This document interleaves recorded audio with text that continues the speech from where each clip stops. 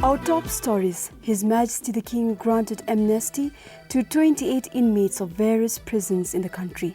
The interim government has decided not to pursue any course of action regarding deputies' complaint against Bhutanomics. And although fertile fields in Jaritang in Samtsi are not being used for paddy cultivation.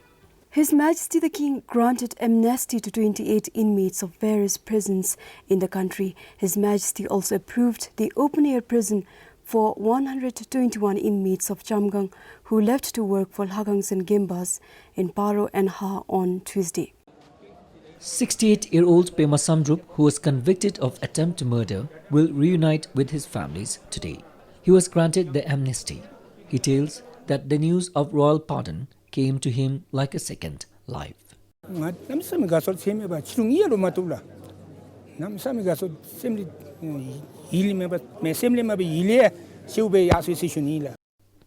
Kingzang Namgyal, a father of three who was imprisoned for embezzlement, will go back to his family. With hope and determination, he said he wanted to make something out of this life, and particularly that of his children who remained without a father for the last 13 years. Now I want to give full support to my children to pursue their higher education. My first point is that one. And secondly, I will do a small business to run my day-to-day life. Like Pema and Kinzang, there are 26 others who were granted amnesty by His Majesty the King, who will start all over anew. But this was not the end. Coinciding with one of the auspicious occasions today, His Majesty also approved to send 121 inmates of Chamgang Central Prison for the open-air prison. The first phase, which was started in March this year, saw 30 inmates sent to Itu Gempa in Paru. Looking at the benefits received by the inmates and their families, the second open-air prison was flagged off by the Venerable Yangbi Lopin. Yadu Prasad, a former school principal who was convicted of statutory rape, is one of the inmates, this time under the open-air prison program. He'll work at Dongkola, Lakang and Paro. Right now, I am so happy, going out of the jail and going to the new environment, to Dongkola. Here, I am very happy. Inmates who have served at least 75% of the sentences and have showed a good track record while in prison become eligible for the program. The rest, 25%, they will spend in contributing labor in Lakangs and Gempas, who were also given a daily wage. With the launch of today's phase, the Chamgang Central Prison will see an institution of remission system, which the Chief of Police said is giving second chance to inmates to reform. The project under the remission, which is intended for a good conduct, to show good conduct all through, it is basically inculcating good conduct through these remission practices. Otherwise, one tends to misbehave. That is why there is a prisoner absconding law. Now, if you look from the previous past record, the prison absconding has reduced. And this is the difference, impact. Now, through these provisions, one thing I'm very happy. Now, the attitude of entire prisoners are totally different. They have a hope. One of the committee members of the remission system, who is also an inmate and been there for more than 20 years, Tenzin Namgyal said the introduction of this system is encouragingly welcoming.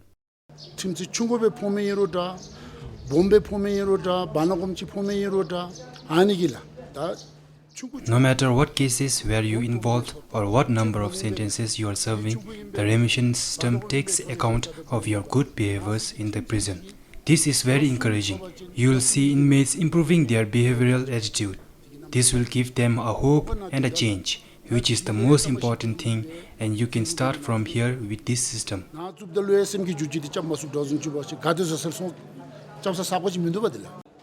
As they talk about the hope, Pema Samdrup has only one thing in mind, that if he will be accepted by the society and particularly some of his children, who he says is embarrassed of him.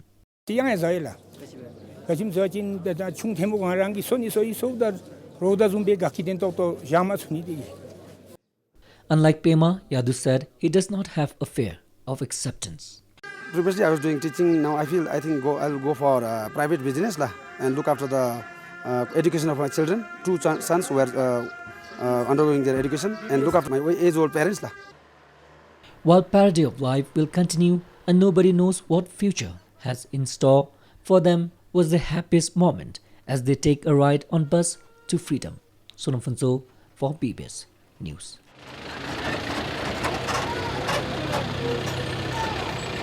On the birth anniversary of Guru Rinpoche, people from all over the capital visited Lhagangsan monasteries.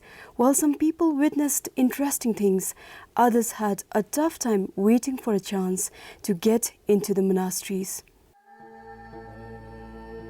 Guru Rinpoche was born on the 10th day of the 5th month of the monkey year.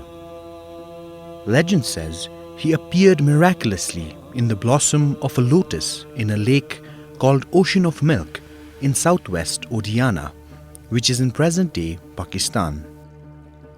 Thousands of people visited the courtyard of the Tashi Chezong to get a glimpse of the Thongde. At Dishin Podang in Thimphu, people gathered to offer prayers as usual. Today they were treated to something special.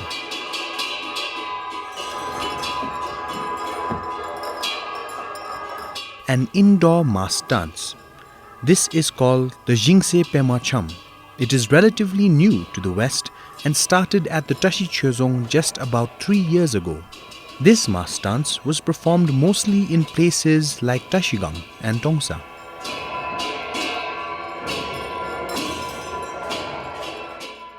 Kincho Tsiring is the principal of the Dishin Podang Monastic School.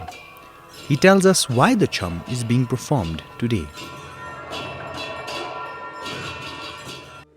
참디 당아지 마저리 치나 좀 집어 전다 가지 구르리 뭐칠 다 구르 생겨다 잡아 수업이 공이라 다 구르리 뭐치기 때문에로 다 보마세입다 또 동아지 다니 보이 참 당아지기 배참나 좀 집어지 빠참데이 다니 보이 참이라 다니 베니다 구르리 뭐치다 다리 구르리 뭐치 총가르 베네디기 구르리 뭐칠 수업에 가지 치다 치시나베 바 치다 치시나베 자고 발라름 다 되수가라 인다 치시나. At Dichipu, people started visiting as early as 6 in the morning. By 11, there was still a long line of people waiting to pay their respects and pray. People had to wait more than half an hour to get into the monastery. The memorial Choten in Thimphu also saw many people. Today was special as devotees were allowed to enter the Choten and visit the upper chambers as well. Tenzin Rabke, BBS News.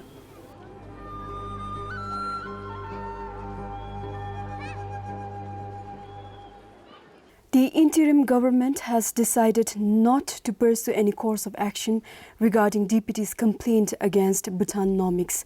The interim government says this is pursuant to Article 19, Section 4 of the Constitution and Sections 37 and 44 of the Election Act.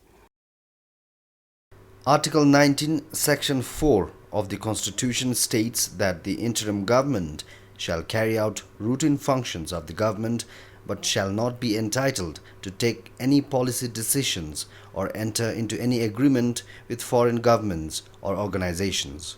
Section 37 of the Election Act states the Election Commission shall, in the performance of its functions to adjudicate any matter, have the powers of a court under the Civil and Criminal Procedure Code. The power, it states, to summon and enforce the attendance of a person requiring the production of any document and requisitioning any public record from any court or office. Section 44 of the Act further states that a court shall not have the jurisdiction to question the legality of any action taken or of any decision given by the Election Commission or its officers or any other person appointed under the Act in connection with an election except upon receiving an election petition. The complaint against Bhutanomics was made on 11th June by Druk Phinsum Tsokpa. In the letter, the party had stated that the content on the website was dangerously divisive and seditious, intended to cause misunderstanding and rift among people along regional and communal lines. Tanden Finso, BBS News. There are 83 households in Rinpoche village in Wangdi Phodrang. The land on which they have built their houses is registered under only one tram and is under Mang tram. And with the expansion in the family, it has become difficult for the residents to live under one roof as there is no space to build houses.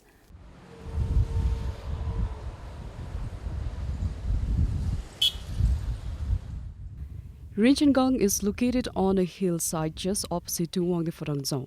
Their life seems normal in the village, but it is not. With no land registered under their names, they cannot build new houses and they are forced to share the little spaces available. In some cases, some 5 families live under one roof. Though they have wetland in their names, law doesn't allow any construction on it.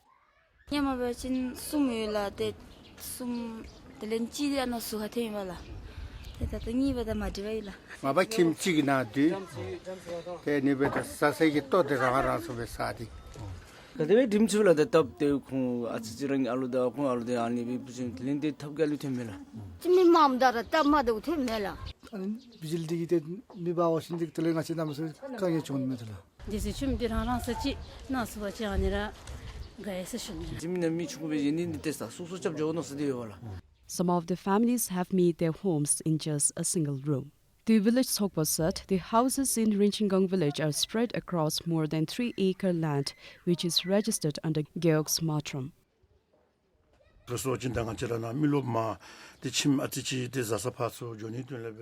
The 83 households in Rinpoche village do not have individual tram. The tram is in Gyok's name, so if possible, we are planning to appeal to His Majesty the King and request for Kidu allowing us to build houses on wet land.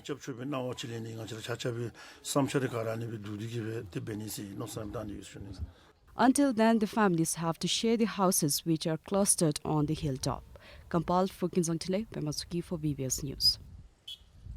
Farmers in Samsi who have access to irrigation water are busy preparing their fields for paddy transplantation.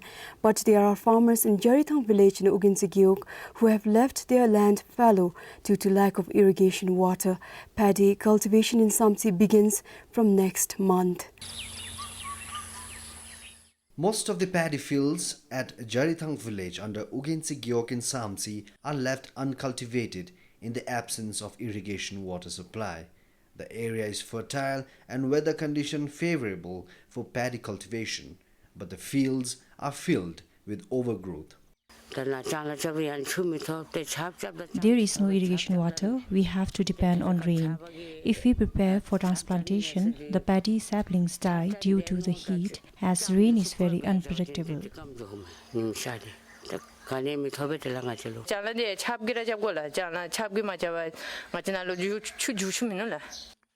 former Tsokpa said they did receive funds from the government for irrigation water supply scheme, but there is no proper water source out here. Government had approved a budget for 7-kilometer irrigation water supply scheme, but we could not find proper water source, and we couldn't use the budget. According to Ugensi Gap, the Geok is looking to harvest rainwater to irrigate paddy fields. In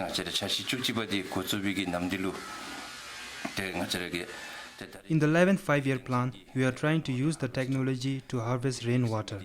We have plans to install huge tanks for rainwater harvesting. I hope that will solve the problem. As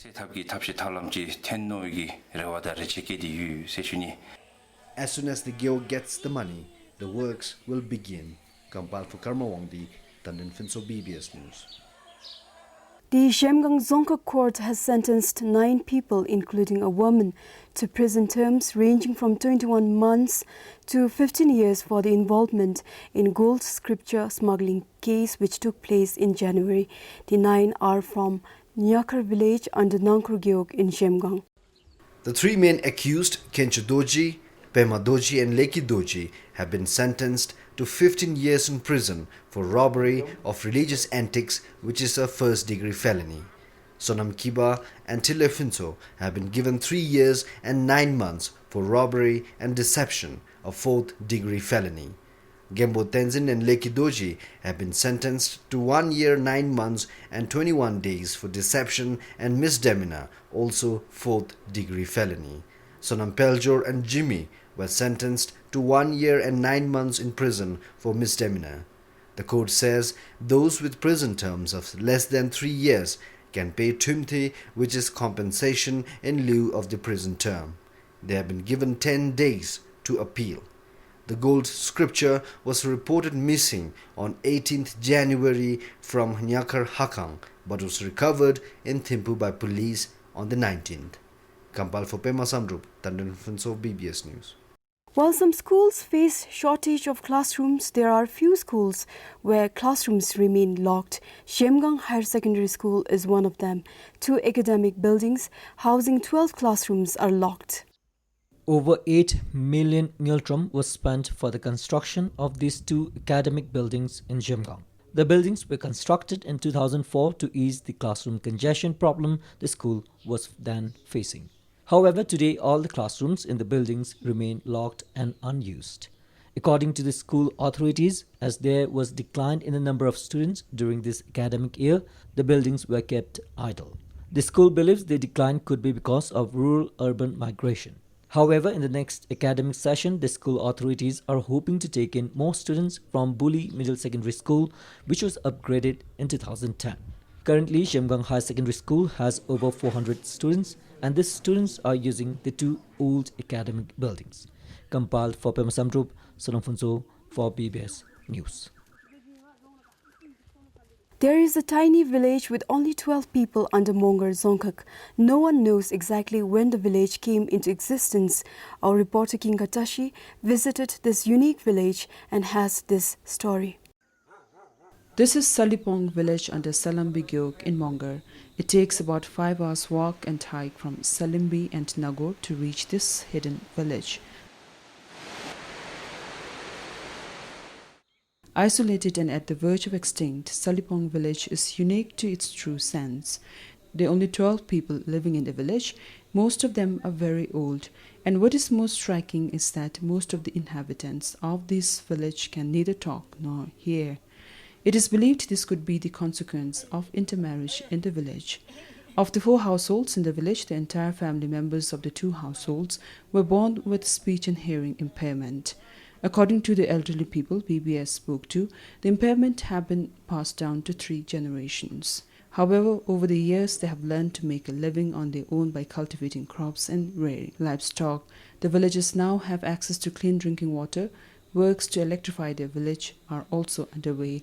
They also receive 800 newton each from His Majesty the King as Kidusera every month. Compiled for King Utashi, Tishinamo, BBS News. Well, that is all from the newsroom for this week. Join us again next week, same time, as we bring you a selection of some of our best reports of the week. I'm Pamela Haddon saying goodbye.